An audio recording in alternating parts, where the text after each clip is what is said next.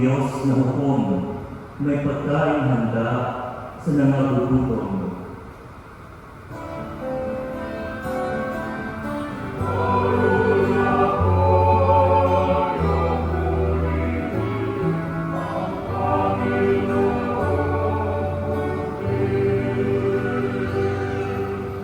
Pinalaya niya ang mga natihan, isinasauli paningin ng bulag.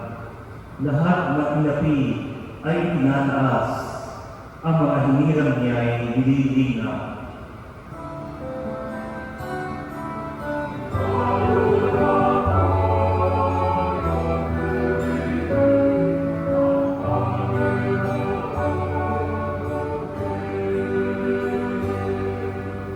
Isinasanggalang ang mga dayuhang sa lupain nila ay doon tumataan. Tumutulong siya sa balot o nila, masamang balangkas, pinipigil niya.